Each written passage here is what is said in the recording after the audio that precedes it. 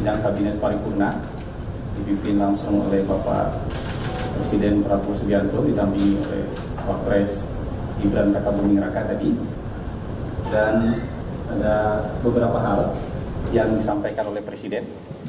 Untuk penyampaian Presiden di sidang yang terbuka tadi, teman-teman tentu sudah mengikuti dengan sangat baik dan dalam keadaan yang utuh pesan-pesannya tadi.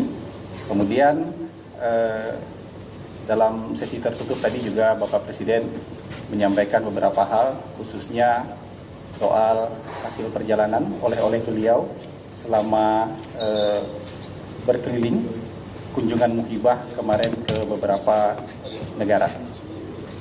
Presiden menyampaikan bahwa memang kunjungan pertama beliau itu dilaksanakan ke RRC karena itu bagian dari adat istiadat kita di timur.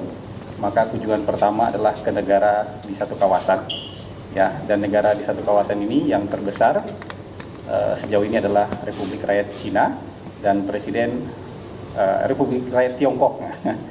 Terima kasih koreksinya Pak Menlu, Republik Rakyat Tiongkok, dan di sana juga Presiden disambut dengan sangat baik. Bahkan di hari yang mungkin tidak biasa Presiden RRC menyambut tamu, kantor menyambut tamu di hari Sabtu pada waktu itu.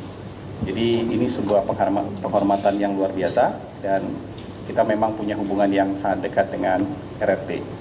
Kunjungan kedua beliau dilaksanakan ke Amerika Serikat dan di sana juga Presiden ingin menunjukkan bahwa kita bisa berteman dengan siapapun, bisa bersahabat dengan siapapun, dan dalam sisi ekonomi, perdagangan, Presiden memberikan equal access kepada negara manapun. Jadi termasuk juga kepada investasi maupun investor dari Amerika Serikat. Ketika bertemu dengan Perdana Menteri India, Presiden mendapatkan undangan untuk hadir di Hari Nasionalnya India di bulan Januari nanti, tanggal 26. Dan Perdana Menteri India secara khusus meminta kita juga menjadi bagian dari defile. Jadi Presiden berencana mengirimkan TNI juga untuk berpartisipasi dalam defile pada Hari Nasional India nanti. Dan Bapak Prabowo ketika bertemu dengan Raja Inggris yang ada juga WWF di sana, kemudian WWF meminta kepada Pak Prabowo untuk ada wilayah konservasi bagi gajah. Waktu itu diminta 10.000 hektar di Aceh untuk wilayah konservasi gajah. Pak Prabowo bilang tidak 10.000. Pak Prabowo kemudian menyumbangkan lahan beliau sebesar 20.000 hektar untuk konservasi gajah yang akan nanti dikelola oleh WWF. Dan Pak Prabowo juga menyampaikan bahwa kita sebagai negara yang memperjuangkan national interest kita tidak akan bergabung dengan blok pertahanan manapun, tapi kita akan join dengan berbagai blok ekonomi yang menguntungkan kepentingan bangsa kita. Jadi selain mendaftar bergabung ke BRICS, kita juga sedang mendaftar dan bergabung dengan OECD. Kita juga berpartisipasi dalam CPTPP. Jadi itu yang disampaikan oleh Presiden. Jadi kita akan bergabung dengan klub manapun yang kemudian nanti bisa memberikan keuntungan ekonomi bagi bangsa kita. Dan terakhir tadi Presiden menekankan bahwa fokus kita yang harus kita kejar memang keempat hal, yaitu memberikan makan bergizi gratis, menyukseskan ketahanan pangan, menyukseskan ketahanan energi, dan kemudian menyukseskan hilirisasi, karena ini akan menjadi fondasi bagi Indonesia maju di masa yang akan datang. Saya rasa itu yang bisa disampaikan dari pemaparan Bapak Presiden tadi. Mungkin nanti kalau ada pertanyaan bisa dijawab oleh Bapak Menlu maupun Ibu Menkom Digi. Terima kasih teman-teman. Assalamualaikum warahmatullahi wabarakatuh. Ada pertanyaan? Cukup kayaknya? Apa? Bang, izin soal rencana pembentukan Kementerian Penerimaan Negara itu kalau dari Istana sebenarnya urgensinya seperti apa dan kapan itu rencananya, Bang Hasan? Sampai saat ini tidak ada pembahasan dalam rapat kabinet untuk pembentukan Badan Penerimaan Negara. Jadi sampai saat ini Kementerian Keuangan masih bekerja seperti biasa, satu menteri dengan 3 wakil menteri masih bekerja seperti biasa. Satu pertanyaan lagi mungkin. Pak Hasan, mungkin terkait kebijakan menaikkan gaji guru ini masih disebut multitafsir ini Pak, boleh dan dibilang belum sepenuhnya berpihak pada guru honorer. Mungkin bisa dijelaskan nggak sih Pak terkait pemberian guru honorer itu seperti apa, lebih detail lagi Pak. Terima kasih. Teman-teman, komitmen anggaran yang diberikan oleh Presiden Prabowo Subianto untuk peningkatan kesejahteraan guru adalah tambahan sekitar 16,7 triliun untuk kesejahteraan guru, dan itu jumlah yang sangat besar. Jadi total untuk kesejahteraan guru itu 81 triliun. Jadi tambahan 16,7 triliun itu tentu akan jadi peningkatan kesejahteraan yang signifikan bagi guru. Setidaknya nanti di tahun 2025 akan ada tambahan, ini setidaknya nih, padahal lebih banyak daripada ini, 600.000 guru yang akan mendapatkan peningkatan kesejahteraan.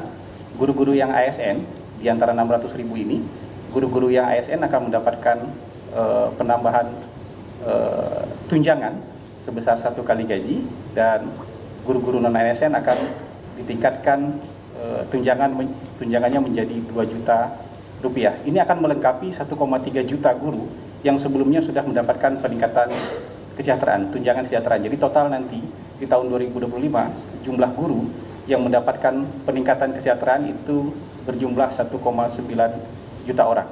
Jadi nanti di tahun-tahun yang akan datang jumlahnya akan ditingkatkan karena sekarang guru kita ada sekitar 2,9 juta orang. Jadi saya rasa itu cukup jelas ya. Cukup ya teman-teman, terima kasih. Selamat sore, Assalamualaikum warahmatullahi wabarakatuh. Izin Mas, satu lagi soal pertemuan Pak Prabowo ke RRT kemarin Pak. Pak Menlu boleh mungkin sedikit. Ini update-nya saja Pak, ini terkait dengan penegasan kembali kedaulatan Indonesia dalam South China Sea ini seperti apa kalau dilihat update-nya. Karena kemarin setelah pertemuan Pak Prabowo dengan Xi Jinping di RRT, ini dari pengamat banyak yang menilai bahwa kedaulatan Indonesia terhadap LCS ini cukup melunak dinilainya Pak. Bagaimana sebenarnya terkait dengan overlapping claims itu sebenarnya mencakupi apa saja? Dan kalau diingat juga yang kedua, Pak Menlu sempat ke BRICS awal-awal setelah dilantik Presiden, update-nya apakah ada perbincangan ke arah sana juga? Seperti itu Pak, terima kasih. Rio dari CNN TV Pak. Baik, terima kasih. Yang pertama, kita tidak punya pergeseran standing apapun terkait kedaulatan di wilayah Laut Cina Selatan. Yang kedua yang ingin kita lakukan adalah melakukan kerjasama dan kolaborasi dengan RRT di daerah-daerah yang masing-masing mempunyai klaim untuk kepentingan ekonomi dan keuntungan masing-masing kita. Jadi sekali lagi seperti apa yang tercantum di teks yang di joint statement itu, bahwa kerjasama ini akan dilakukan dan akan dibentuk suatu komite bersama untuk membahas detailnya, termasuk lokasi geografisnya, tepatnya di mana. Dan masing-masing pihak juga tetap berpegang pada hukum yang relevan yang berlaku di masing-masing negara. Jadi tidak ada pergeseran standing mengenai masalah kedaulatan. Kemudian yang kedua mengenai BRICS. Maaf tadi pertanyaannya. Apakah ya kita tahu Pak Menlu sempat hadir di konferensi di BRICS pada saat itu. Nah setelah pertemuan dengan Pak Presiden dengan Xi Jinping kemarin, apakah juga ada pembicaraan untuk update terkait dengan positioning Indonesia? Oh, maksudnya update positioning Indonesia di BRICS. Ya. Baik, yang pasti dari pertemuan itu berbahas soal BRICS, Presiden Xi Jinping juga menyampaikan bahwa pihak Tiongkok juga akan mendukung masuknya Indonesia sebagai anggota BRICS, dan sekarang prosesnya masih bergulir.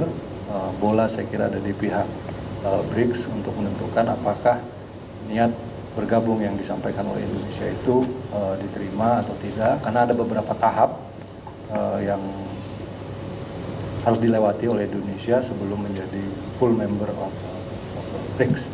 Dan kemudian juga kita tahu beberapa negara sahabat, negara tetangga-tetangga kita, Malaysia ada di situ juga, kemudian Thailand juga ada di situ. Ini merupakan satu multilateral groupings yang kita harap dapat membawa keuntungan bagi kepentingan nasional Indonesia. Saya kira itu saja. Terima kasih. Terima kasih teman-teman semua. Terima kasih.